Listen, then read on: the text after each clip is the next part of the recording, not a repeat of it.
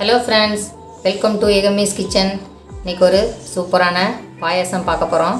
அதுக்கு என்னென்ன பொருள்னு நான் சொல்கிறேன். இதுக்கு நான் 2 இளநீர் எடுத்திருக்கேன். அதாவது தண்ணி வந்து ஒரு 300 மில்லி வந்திருக்கு எனக்கு 2 இளநிக்கு. இந்தளவு எடுத்துக்கோங்க. ஒரு இளநீ நான் இந்த மாதிரி மேஷ் பண்ணி வச்சுருக்கேன், நல்லா இளநியாக இருந்தது. இன்னொரு இளநீ இது மாதிரி கொஞ்சம் வலுவாக இருந்தது. இதை நம்ம மிக்சியில் போட்டு அரைச்சிக்கலாம். ஒரு உலக்கு, அதாவது 200 கிராம் சர்க்கரை எடுத்துருக்கிறேன். முந்திரி பருப்பு ஒரு 6-7 முந்திரி பருப்பு சுடுதண்ணியில் போட்டு நல்லா ஊற வச்சுருக்கேன். 2 ஏலக்காய், 1/2 லிட்டரு பால். இது இப்போ எப்படி பண்ணலான்னு பார்க்கலாம் வாங்க. ஸ்டவ் ஆன் பண்ணிவிட்டு ஒரு பாத்திரத்தில் நம்ம பாலை காய்ச்சிக்கலாம்.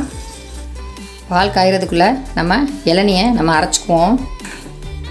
இளநீ, ஊற வச்ச முந்திரி பருப்பு, 2 ஏலக்காய், இப்போ எல்லாத்தையும் சேர்த்து நம்ம அரைச்சிக்குவோம்.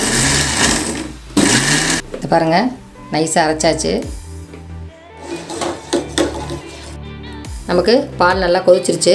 இப்போது சர்க்கரையை சேர்த்துக்கலாம். சர்க்கரை போட்டு நல்லா கரைஞ்சி கொதிச்சிருச்சு. இப்போ நம்ம அரைச்ச இளநியை அதோடு சேர்த்துருவோம்.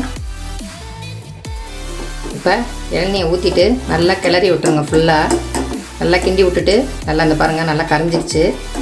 இப்போ நம்ம அந்த இளநீ தண்ணியையும் நம்ம இதில் ஊற்றிடலாம். மேஷ் பண்ண இளநியையும் இதில் சேர்த்துருங்க.